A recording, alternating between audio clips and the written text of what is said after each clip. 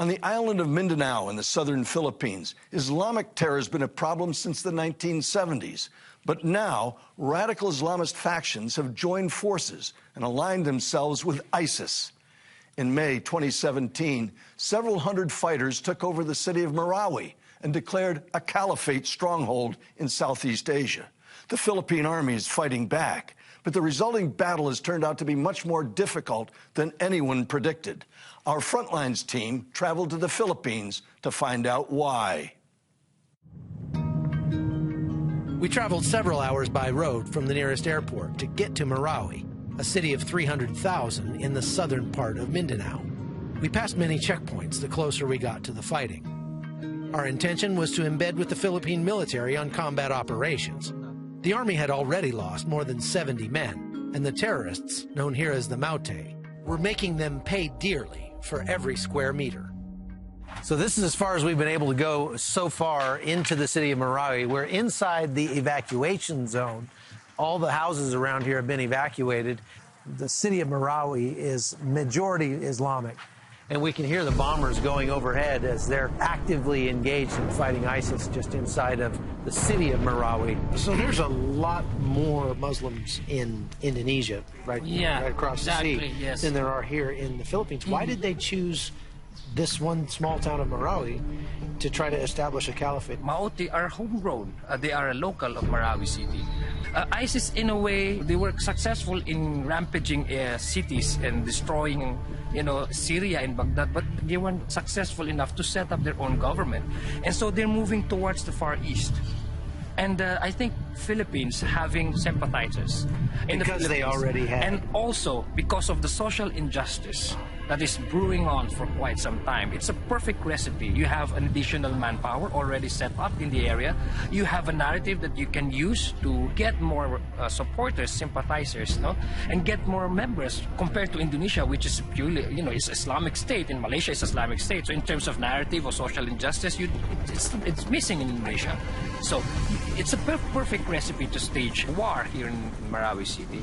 I'm standing on a rooftop just about 2 kilometers from the front line down in the old city of Marawi, and it's evident from the volume of fire we're hearing down there and the number of explosions that the Philippine army is trying to end this thing sooner rather than later. There's still a couple hundred ISIS troops that are holding out to the end down there, and it's evident from what we're hearing they are not going down without a fight. Okay. This is no joke. We're 2 kilometers from the front lines, and just as I finished that stand-up, we had about 3 rounds come in, close enough that they hit the rooftop right beside me over there. It is apparent that perhaps somebody is actually targeting us on this rooftop. I thought we were far enough away from the combat to keep that from happening, but maybe not. Maybe we should have worn our body armor after all. Incoming fire has a very recognizable sound. So when we heard the zip of a near miss, we both knew we'd made a mistake standing on this rooftop. One thing about doing this job, you got to know when to duck. Because of the terrain, these are buildings, houses that are like 5, 6, 7 stories high, and there are a lot of windows around. So the snipers could be anywhere. They have a very good hiding position and they can transfer very fast. Our unit is really challenged to locate this. Being located, we have counter snipers. We also request regularly the artillery fires, and then we use the mortars to go after these buildings. But very hard for these buildings, reinforced buildings.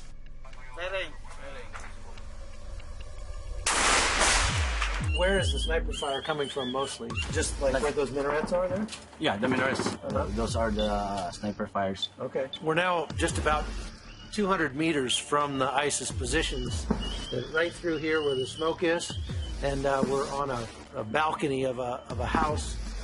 We have to keep our heads down because the snipers in these minarets here that know that this position is here. We're watching as Philippine bombers come in and drop 110-pound munitions on those positions and try to root them out without hitting the minarets, unfortunately, of the mosques where the snipers are. Good area because the snipers new cover of concealment right there. Just a little short place that we probably shouldn't walk across. The terrorists have emplaced thousands of improvised explosive devices throughout the city, just like we experienced in the fight for Mosul. It makes clearing these buildings a slow and dangerous job. A lot of improvised explosive devices right now being rigged in the different houses. So you have to be very careful once you secure an area to go through and clear each one very systematically, right? House by house, building by building, rooms by rooms, we have our troops across the bridge or across the Agus River. They're doing it, that's that thing slowing them. In the process of clearing this house, they found 2 kilos of the poor man's cocaine, the methamphetamine. Oh, chloride. meth, yeah. That's what they're using to stay hopped up, right? 2 kilos was found in this house.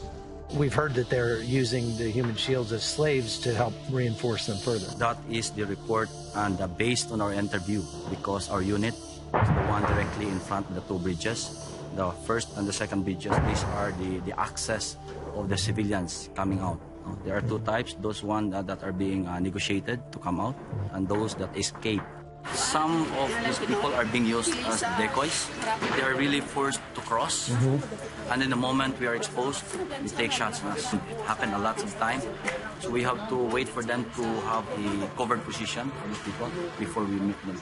So we've just gone and picked up 3 people who escaped across the bridge from the ISIS positions to friendly forces over here on this side of the river, and we've brought them to a little processing center because they have to check and make sure that they're not actually bad guys and figure out where they need to go and what they need to do now. And the very interesting thing about this group is that they're Catholics who were trapped and were made to work, were made to help those ISIS fighters. They're also giving reports of young boys being made to pick up arms and fight for ISIS. The other day, they said that women are being taken as wives of these terrorist groups. The men are forced to take up arms. Even young boys, right? 16 years old, 16 years old, just the other day. They told us that we did, at first they were hesitant, but 2 friends were killed in front of them, so they were forced. You've served in southern Philippines before, you said? Yes, for 10 years, and the tactics has changed over time. Before they occupied a camp or a jungle. Now they are trying to occupy big cities. Before they want to occupy the mosque, the places of worship. Now they're occupying the places of worship.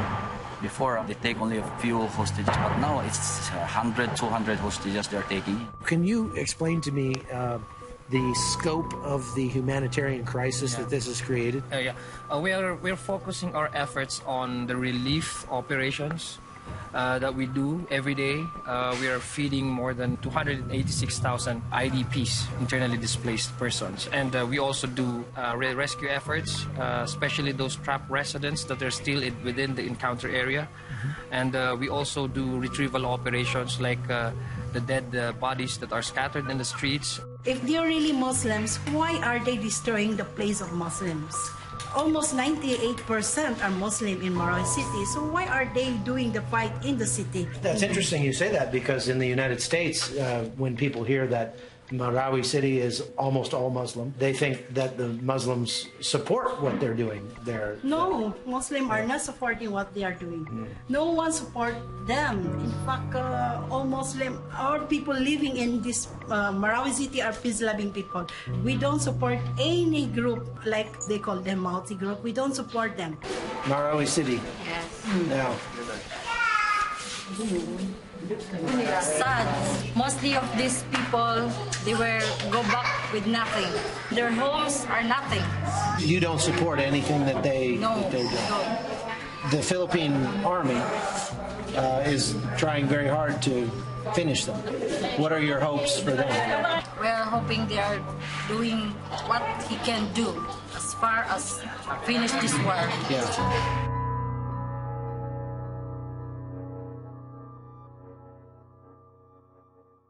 From Syria and Iraq to Southeast Asia, ISIS terrorists are being rooted out of their strongholds around the globe.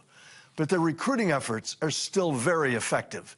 The threat they pose means the United States and our allies cannot afford to relent. Here at NRA TV, our team will continue to go into harm's way to bring you the truth wherever it takes us. From the front lines of freedom, I'm Oliver North for NRA TV.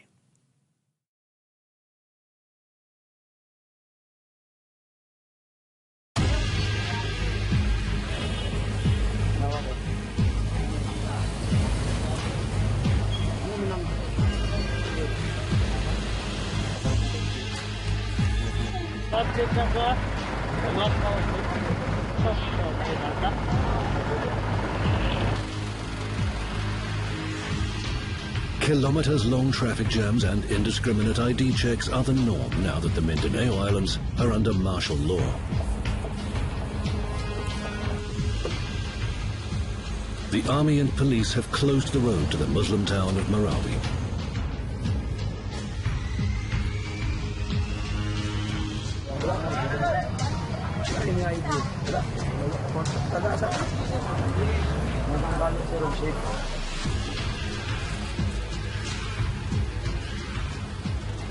On May 23, 2017, during a raid on Marawi, the Philippine army engaged in combat with terrorists who'd sworn allegiance to ISIS.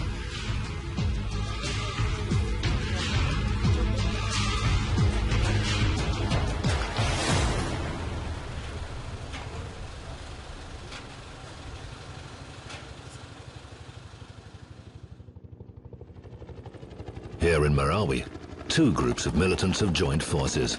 The Abu Sayyaf has been terrorizing the Philippines for 20 years, and another local group founded in 2012 by the Mauti brothers. Both groups' leaders have declared their determination to fight for an independent Islamic state in the Philippines.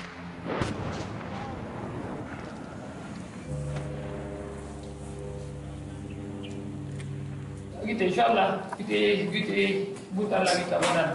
Yun ang itsura niya, yun ang nasa akin. Kabilang sa mga plano natin, paano tayo makapasok? Andito na tayo. Paano natin gagawin? Ito na ano yung itsura na paano natin gawin ito. Lagyan natin ng mga tao. Magamus na. Ito na ang plano natin. The man with the map is Omar Mauti, one of the leaders of the Mauti brothers' military group attempting to take control of Marawi town. They've sworn their allegiance to ISIS. In the middle is the Philippines' #1 terrorist, named Isnalon Hapilon, the leader of the other extremist group, Abu Sayyaf, and self-declared emir of the Philippines Islamic State. There's a $5 million reward on his head.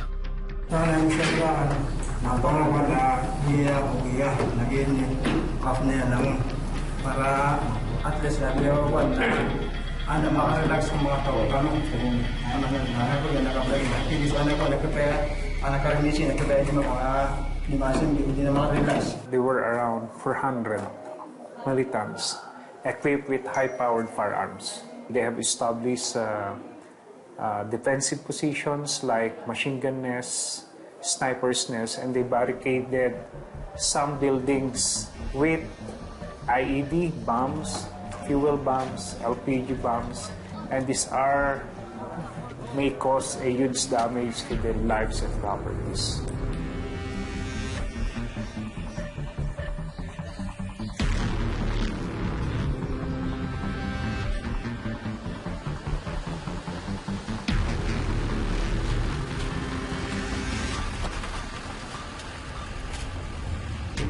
Yung risk factor napakalaki.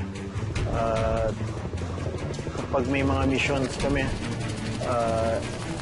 ilang beses na rin na pinagbabaril din yung mga members namin. Tuwing lumalabas kami para sa operation, para mag-rescue ng tao, pag makikita mo actually yung kalagayan.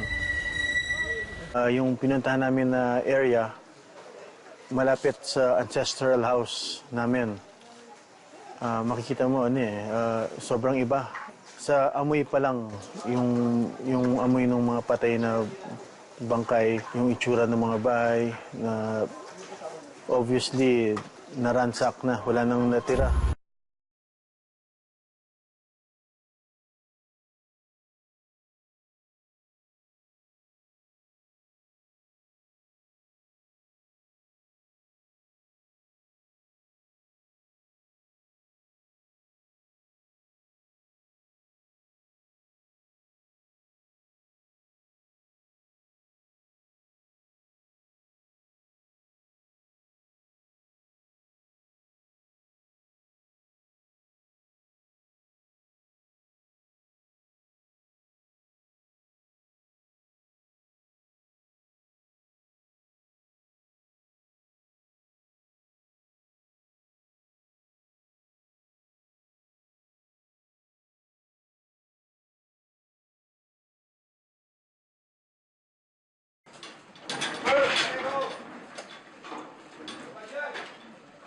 Bapak, dia bapak tinggal bapak. Sige na, kunin nyo na. Kunin mo ka Huwag yun na.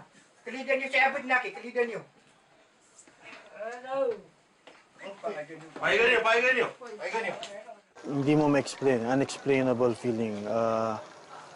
Kasi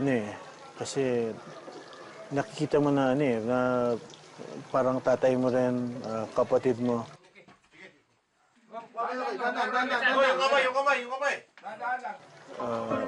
Any family member, lahat ng nasisave mo na buhay, nakikita mo rin sa mga mukha nila. Sobrang pasasalamat na nakuha sila. Sila na yung iba dyan na wala na ng pag-asa.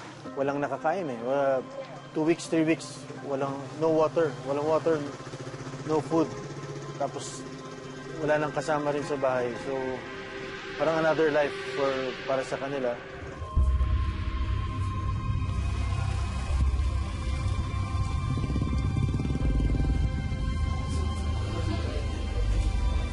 Nandun lang kami sa loob.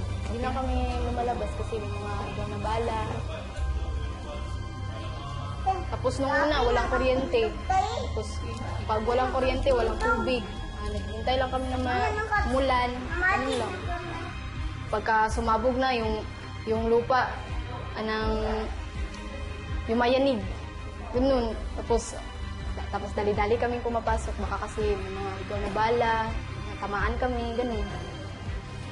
Yung mga bata, umiiyak pag narinig ng mga pagsabog. Ganun. Takot kami. Nakabahan pagdating ng gabi. Nakabahan kami kasi baka mayroong maisis na pumasok sa amin. Ganun. Lagi na kami hindi maayos makatulog. Ganun na. Yung pangalan mo, EJ? EJ. Nag-aaral ka? Hindi tanod. Tanod? Ikaw. Di ba mag-police ka? Nakita ka sa helicopter? Nakita ka? Nakita. Oh. Asa? Nabuto. May buto. May bala. Nakita din mo? Ha? Asa dapit? Kasasis. Kaon? Saba kayo Nalupok ang bomba. Kadungog ka? Kadungog ka sa bomba? Sige boleh na ka sa baloy.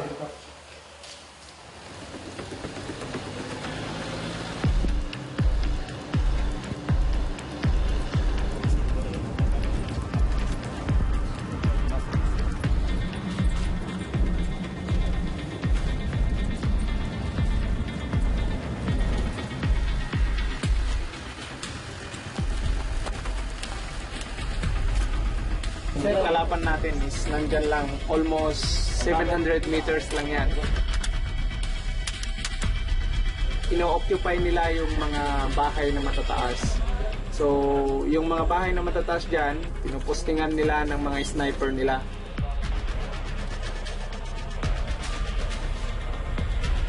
Hindi sila pumayag, then nag-defensive position sila para sa operation na to. And until now, naka-defensive position kami. Kahit na ang daming bomba dyan, ang daming bala na pumupunta sa amin dito, okay lang, at least safe kami.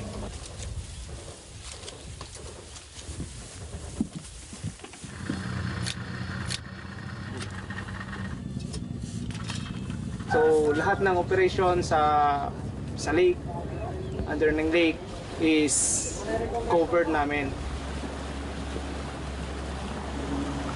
Here, you stand. The house there at the back is the position of the enemy. And ilabas mo nga konti dito sa warp. Do you see the warp? Can you see? That warp. That building on the warp, the position of the enemy. Kung may magpaparescue, ginagamit namin yung mga bangka natin. Nung nakaraang linggo, meron tayong mga na-rescue na 11 katao. Galing sa kabila. Mga civilian lahat yun.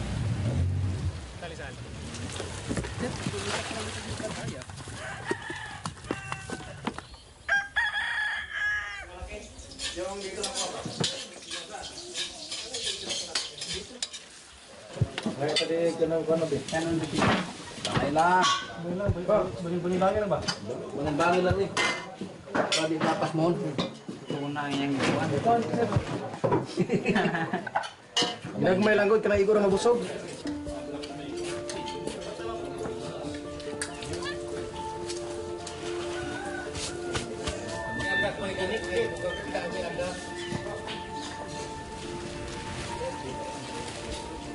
We met at restaurant, Glassmart. Ilan tayo natin? Wala pa. Just only white. Kasi bago lang ang kinasal. Ang misis ko, siyempre, natatakot siya. Minsan nga, sasabihin niya yan, tumigil ka na sa pagsusundalo. Kasi pwede naman tayo na mabuhay sa simpleng pamumuhay. Pwede ka naman magtrabaho sa ibang trabaho. Pero ang sagot ko naman, hindi pwede kasi ito yung ginampalan ko na tungkulin. Sabi ko sa kanya, nangako ako sa harapan ng bandila bilang sundalo, nagampanan ko yung trabaho ko para sa bayan. 2 months of bitter conflict in Marawi forced almost 500,000 people to become refugees. 90,000 lost their homes. Dito kukuan sa hospital. Na-stroke ko ba? Yung naggubot, nagputukan. Ang mga ISIS nagipunta nila na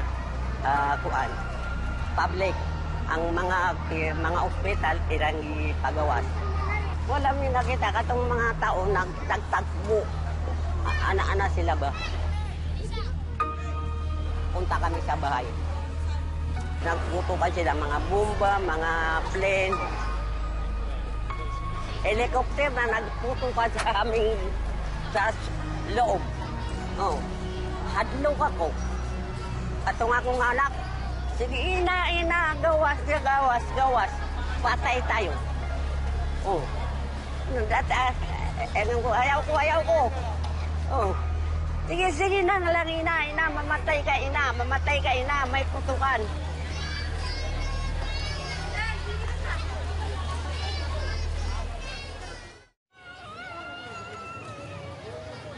The biggest refugee camp's main problem now is feeding everyone. It's the volunteers who are the saviors. We are Art Relief Mobile Kitchen. We go to disasters. This is Grace. She's from a motorcycle club. All of them are from a motorcycle club. Pastor Del is from the local church, Protestant church, UCCP. And I'm a cook also. So whoever has the energy to cook among us cooks. So if she gets tired, she will take over, or me, and then we can change. And then sometimes we get volunteers from the victims themselves. We want to change the concept of food relief from dry packs, dry rice, giving them noodles, to real food, giving to the refugees. I ordered watermelons and bananas because that's what they really want during Ramadan, fruits. So I make sure we also give what their culture want, what they eat.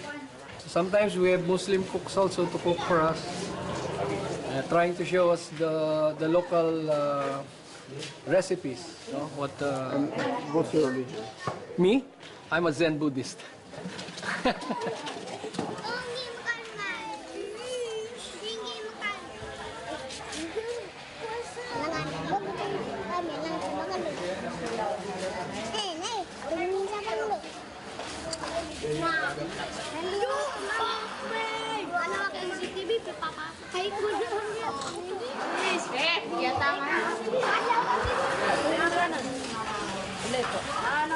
Hindi ako nakakikita ng mauti. Hindi ko alam yung mga mukha nila. Kaya nga natatakot kami. Nakaano daw sila ng itim. Yung parehas ng ano namin, kumbong. Nakaano sila. Ninja. Yung tinatakpan nila yung mata. Siyempre, marami akong anak. Bakit ako hindi matatakot? Siyaw ang siyaw ang anak ko. Bakit ako hindi matatakot? Buat aku sana, so melelestasan. Awak sa na pugo na.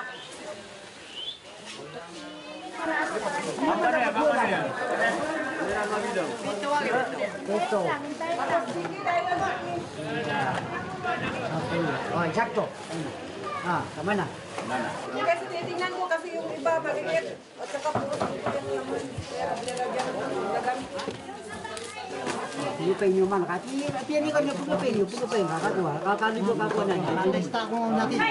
Hindi ka mapapasa din na kapayo lumaya. Hindi ka kapayo lumaya.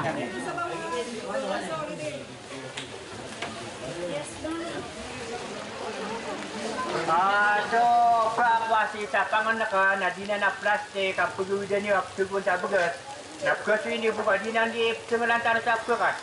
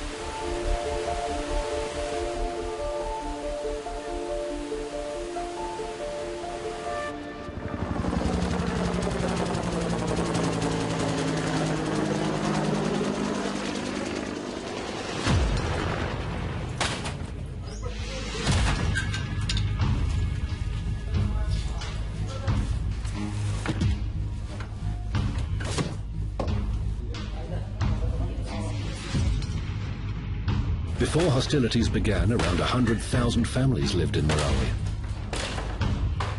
Narrow, winding streets link the slums with the more well-to-do areas. The terrorists know the city like the back of their hands and don't hesitate to use the advantage. Even after 2 months of fighting, the army keeps finding hidden weapons and explosives. Mopping up operations in areas where civilians used to live are now a daily occurrence.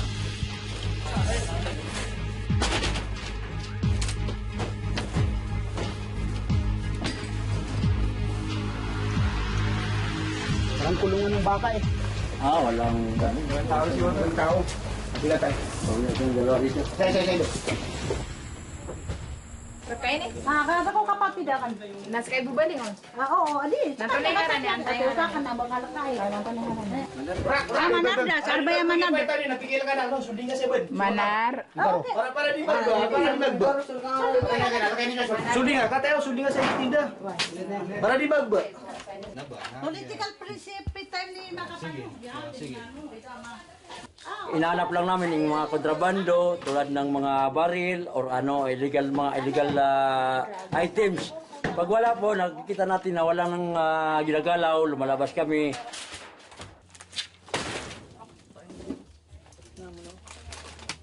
Hindi kami nagpunta sa iba ko.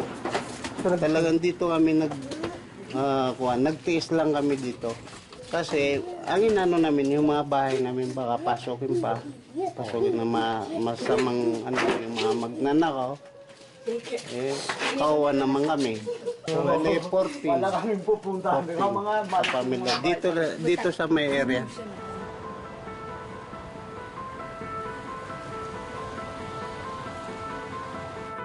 Marawi City is the only Islamic city in the Philippines.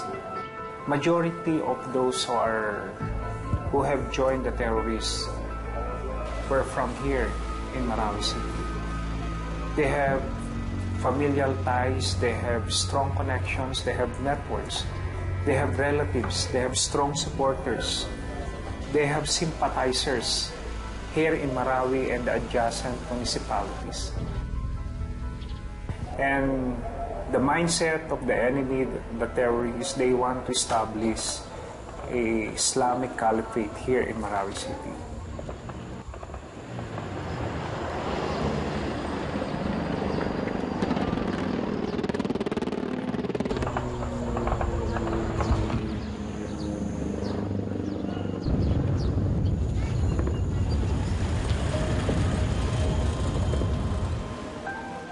Hindi, kasi gabi na.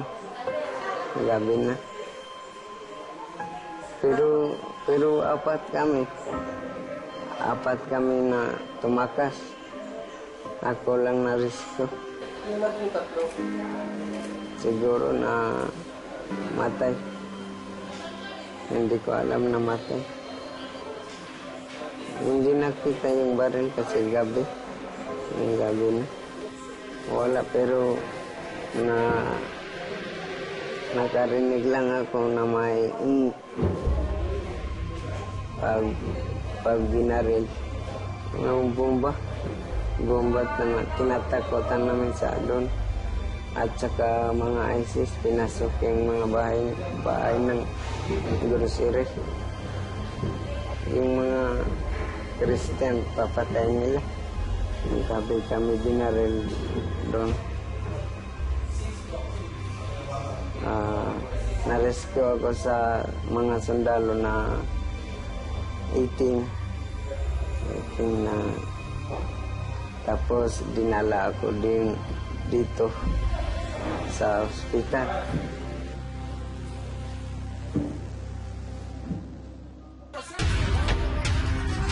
ISIS militants have just shelled the patrol base under Lieutenant Raidi Manessa's command. Enemy troop movements have been spotted on the other side of the river.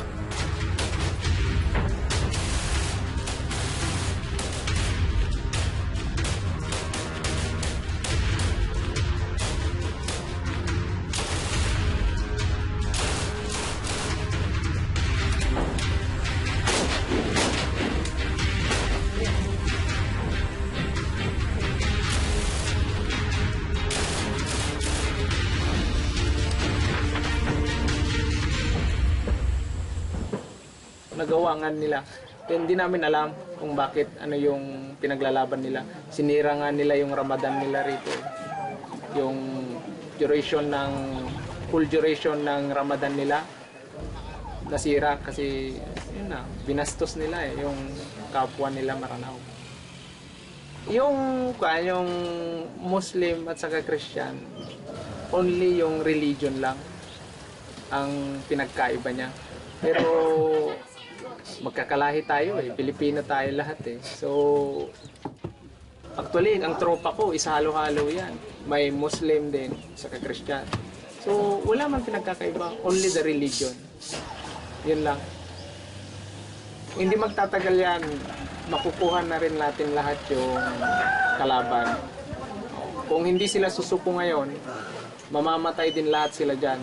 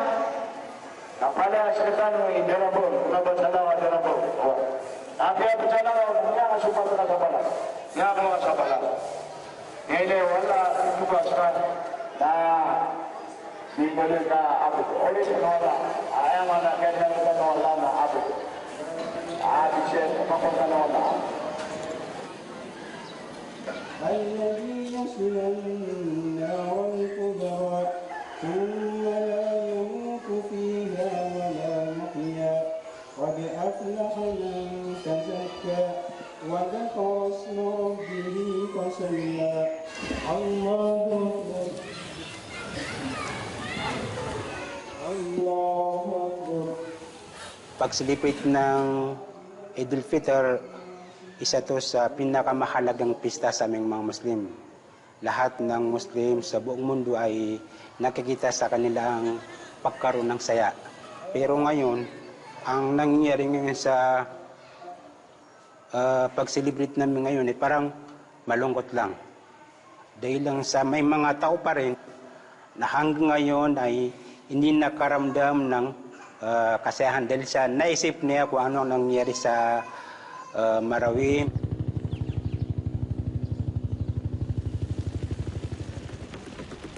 Every time may makuha kaming distress calls, pasok agad sa mga areas kahit na hindi pa cleared.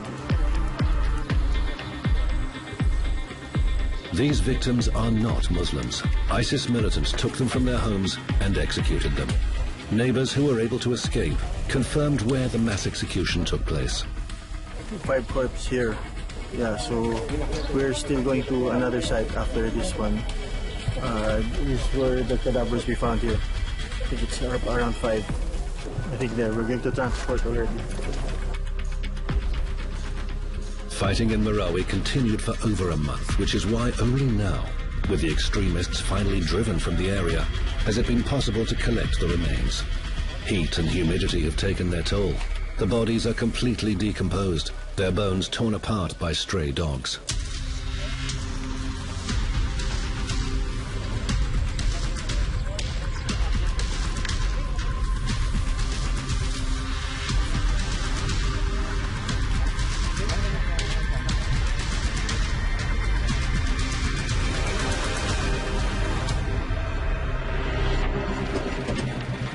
The fighting in Marawi lasted a little over 2 months. More than 119 soldiers died and 900 were wounded. More than 500 extremists were killed. And what happened to the terrorist leaders remains unknown. The tragedy of Marawi could still be repeated where it is least expected.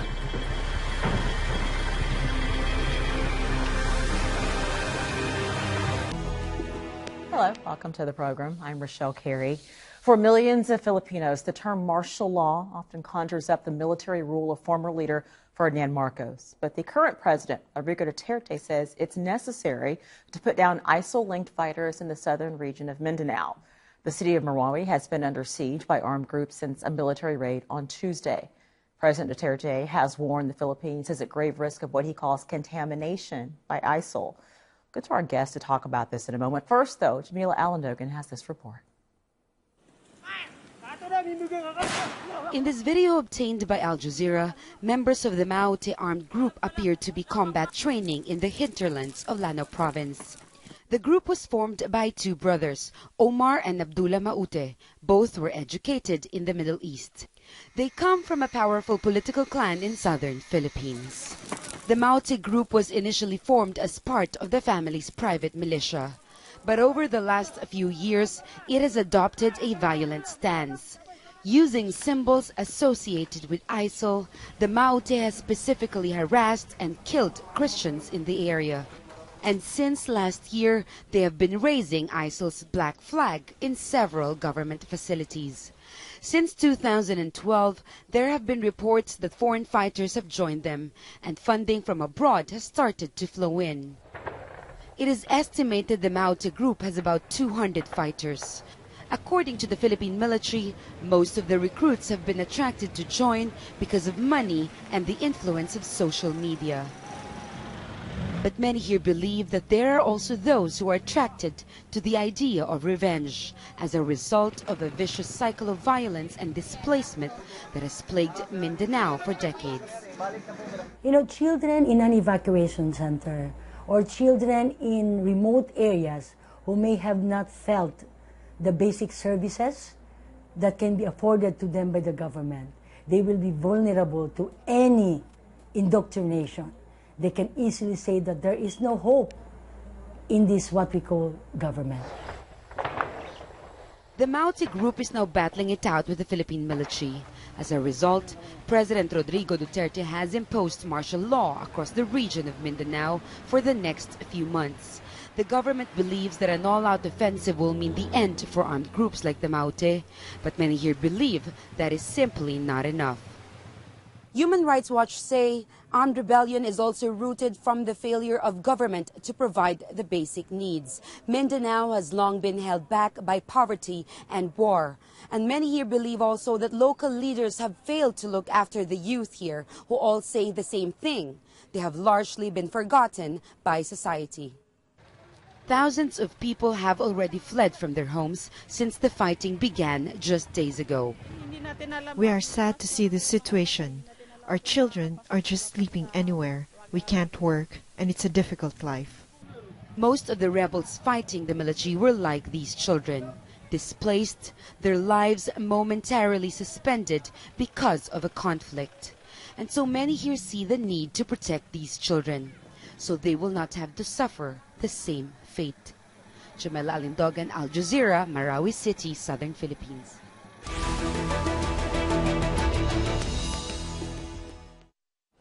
Before we bring in our panel, let's first speak to the spokesman of the Philippine military, Brigadier General Restituto Padilla.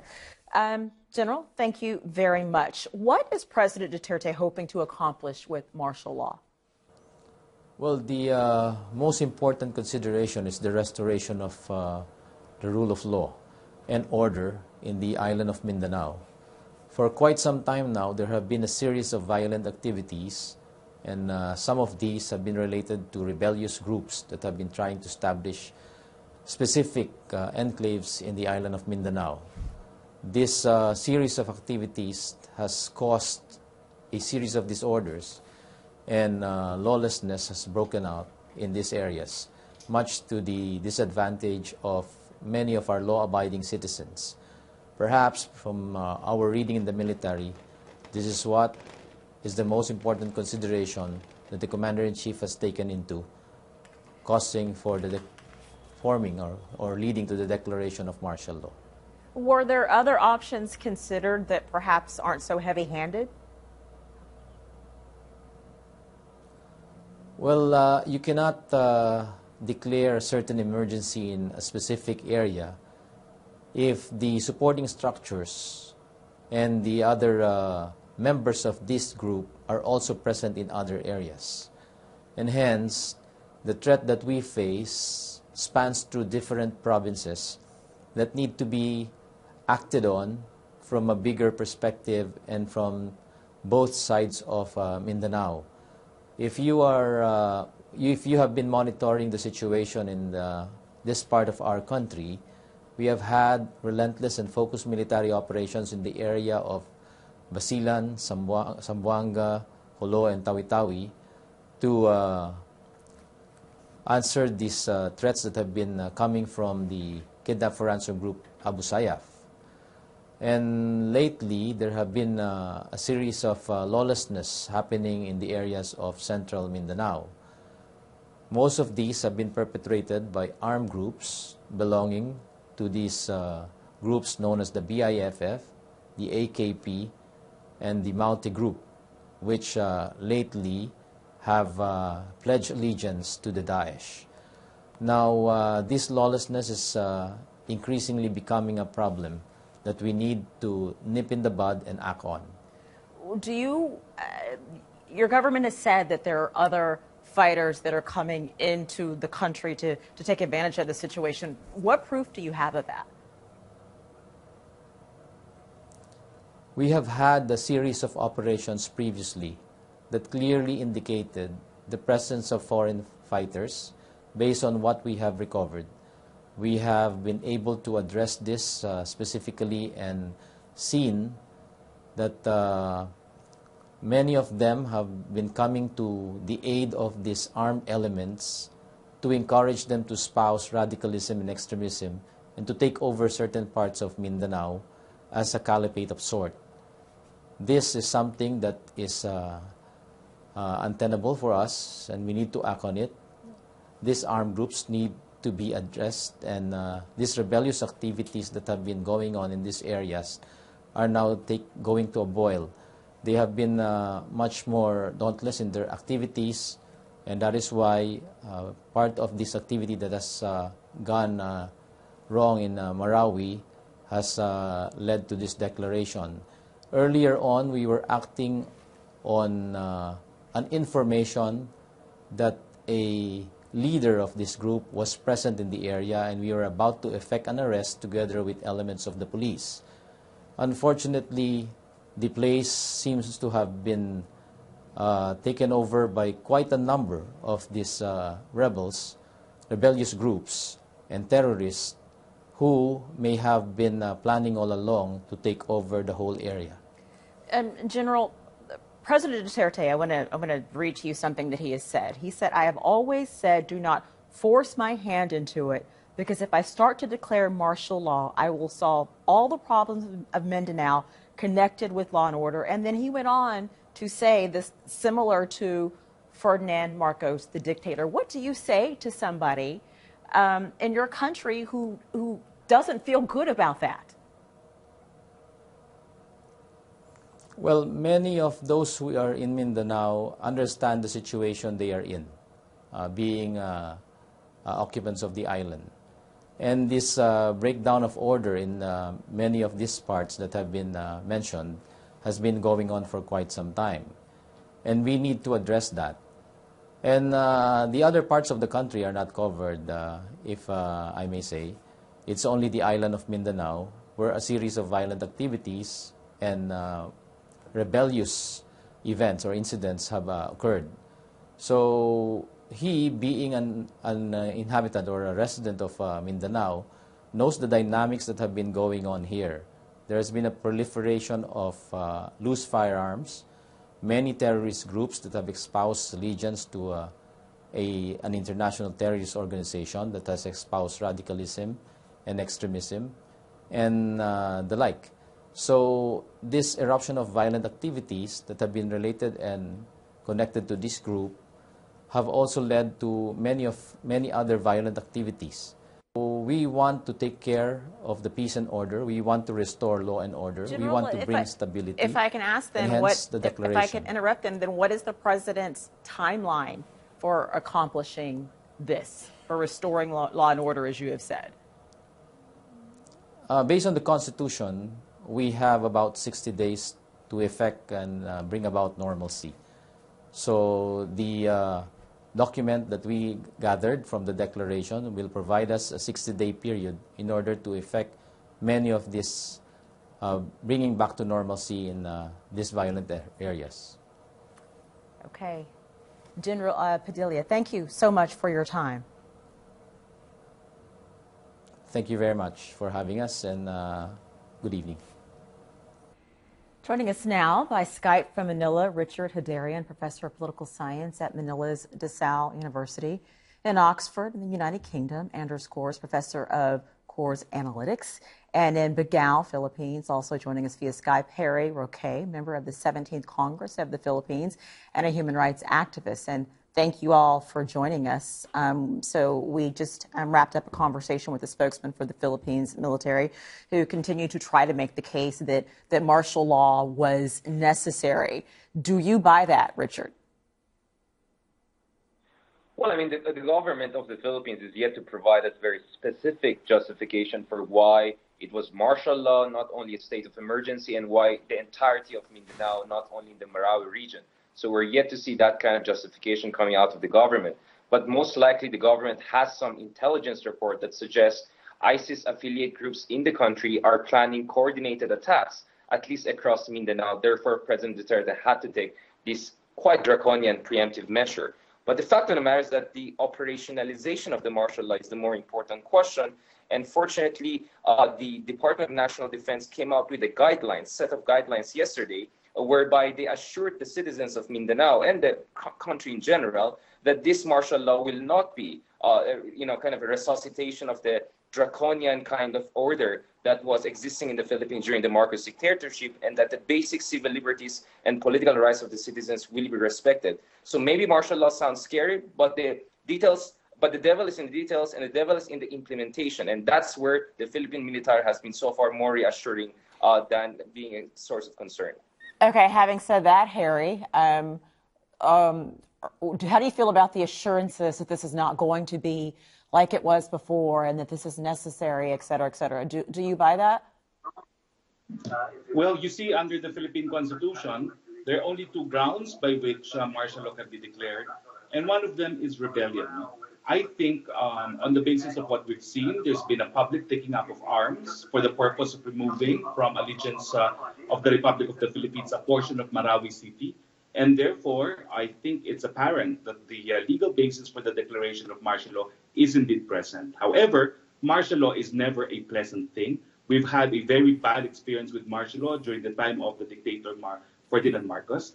And what helps now assure the people that somehow this martial law will not be the same as the previous martial law are the institutional safeguards found in our 1987 Constitution. No? So unlike the Marcos dictatorship martial law, Congress remains open, the courts remains open, the 1987 Constitution remains effective, and the citizenry are protected by the Bill of Rights. Anders, do you think that Congress is actually an adequate check on President Duterte now that martial law has been imposed? Well, my understanding is that Duterte has the majority in Congress, and so there's not going to be much of a check there from the Philippine Congress. The concern from the international community is that this is in line with Duterte's general lean towards authoritarianism, whether it's his friendships with Russia and China, his avoidance of the U.S., even insulting U.S. leaders, and avoiding EU aid. I think the concern there is that this is as expected from someone who's increasing an authoritarian approach to politics in the Philippines, and I think that's a huge concern. You talk about American leaders. Yes, he did have bad things to say about former President Barack Obama, but it seems that he and the current President Donald Trump have actually said very kind things about each other and to each other. What type of reaction would you like to get from the international community for there to be any type of check on this, Anders? And I will get back to you. I want you to answer that as well, Richard. But first, Anders.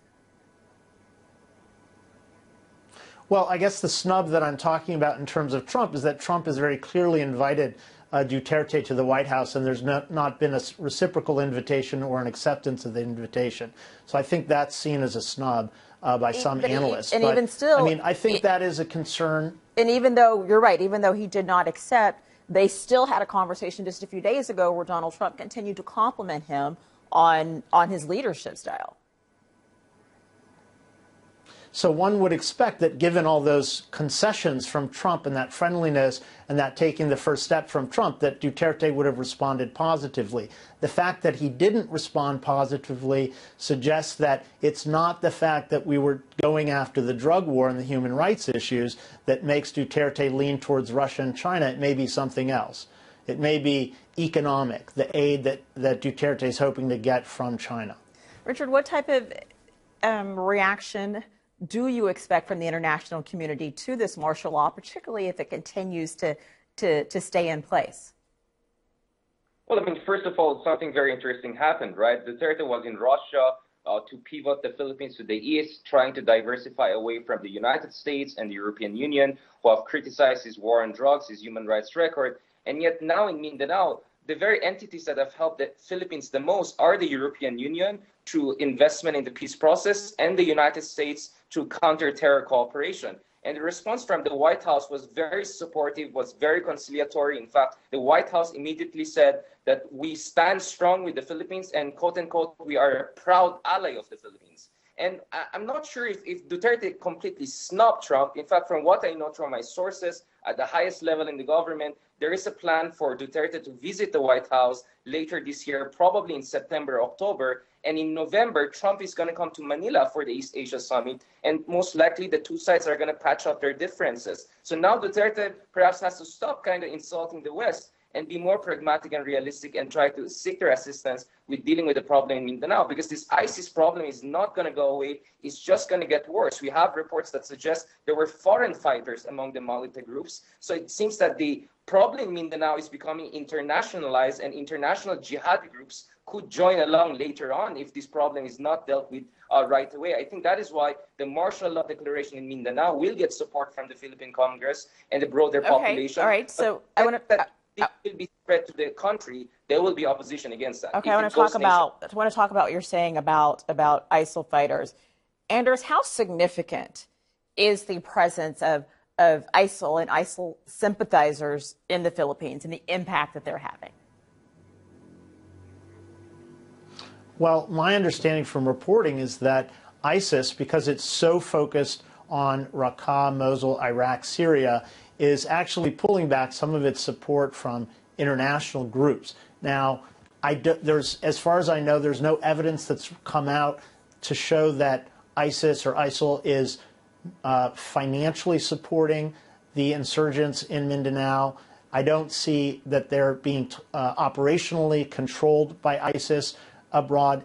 the insurgency in Mindanao, or the unrest there, has lasted for quite a long time, and past administrations have dealt with that insurgency in other ways that aren't using martial law, and not only using martial law, but then following that up by threatening to spread martial law based on that to all of the Philippines, for example. So I think I think it's a very dangerous thing, and there's so much smoke here in terms of authoritarian, the increase of authoritarianism, that I think it's maybe we've gone too far by declaring martial law. Maybe this could have been done with regular police methods or even regular military methods to root out the insurgency without taking away rights of individuals. Harry, considering what the things that President Duterte himself has said when it comes to extrajudicial killings and killing drug dealers, these are things that he himself is on the record claiming to have done. When you couple that with the fact that he's now declared martial law, what concerns do you have for just the average person in the Philippines? Well, you see, the declaration of martial law, any way we look at it, is worrisome. No?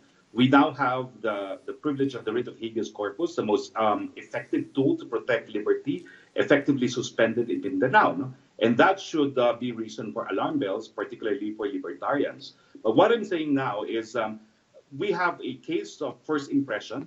This is the first time that we have an extended declaration of martial law since the new constitution. And as I said, the 1987 constitution is precisely a reactionary document in response to the dark experience of the Philippines under martial law. And that's why Congress remains open, the courts remains open, the Bill of Rights remains operative. No? And it's also very important to highlight that although the privilege of the writ is suspended, it is only suspended for cases involving the purported grounds for the declaration of martial law, and that's basically rebellion and invasion. No? So all other crimes are subject still to habeas corpus. No? So they can only detain individuals, and these individuals will be bereft of a legal remedy if it's in connection with the ongoing rebellion that became the basis for the declaration of martial law. Richard, in your opinion, is there a component of taking this action that is more political than... let me just leave it at that. Do you think there's a component to this that is political? Well, I mean, definitely. I think as far as President Duterte is concerned, my reading of him is that he wants maximum possible legal leeway to deal what he believes are the major national conundrum, whether it's the drug issue, whether it's the terrorism issue in Mindanao. I think he wants the maximum leeway, and he has been very open about it. But President Duterte says one thing, he prefers one thing. The Duterte administration in general doesn't necessarily always follow what Duterte says or what Duterte wants. That's why I think it's important to also emphasize the role of the Philippine military. And this is a military that has gone through a long process of internalizing democratic rights. It is actually tasked with protecting the Philippine Constitution, not just following the president blindly. And so far, the efforts I see from the Philippine defense establishment is to reassure people that this martial law is not a revival of the kind of horrific scenario the Philippines was facing during the Marcos period. And as I said, if Duterte wants to take the martial law on a nationwide basis, I expect opposition within the Philippine Congress. You already have several senators, including those allied to President Duterte, openly saying there's absolutely no basis for martial law all across the country. And up to this point, it's actually still debatable whether the martial law was correct or not. Because, I mean, some talk about rebellion. I kind of agree there's an element of rebellion here. But the government also talks about the element of invasion because there are certain foreign fighters there. So I think they have to make it very clear what exactly is the basis for this. Is it invasion? Is it rebellion? Is it both? But I think as long as this is just in Mindanao, I think the Philippine Congress and the Philippine public will go along with it. But once it goes beyond Mindanao, that's where there's going to be... So Anders, where are we? Fast forward to 60 days when the authorization for this is allegedly runs out or is challenged. Where are we in 60 days from now? What do you think? Well, that'll be the question, whether the Philippine Congress reaffirms that martial law, because they can keep it going for as long as they would like to do so. The interesting thing is that the Congress has the opportunity now to cancel the martial law, which I personally think would probably be a good idea given the circumstances. The other question I would have is, was this martial law initiated by the generals and by the military in Mindanao because they told Duterte, hey, we really need this extra tool, we really need to suspend habeas corpus for certain citizens, or was this something that was initiated by Duterte? I did not see the military calling for martial law before Duterte announced martial law. So to me, that's quite problematic. Okay, well, we will have to see how this all continues to play out. And gentlemen, thank you all for the discussion. Appreciate it very much. I'm sure we'll be calling on all of you again. Thank you to the Brigadier General who joined us at the top of the show, Restituto Padilla, Richard Adarian, Andrew Scores, and Harry Roque. And thank you for watching as well. You can watch the program anytime if you go to our website. It's aljazeera.com. Also, for further discussion, go to our Facebook page. It's facebook.com/AJ Inside Story, and you can join the conversation on Twitter. Our handle is @AJ Inside Story. For me, Rochelle Carey, the entire team. Bye for now.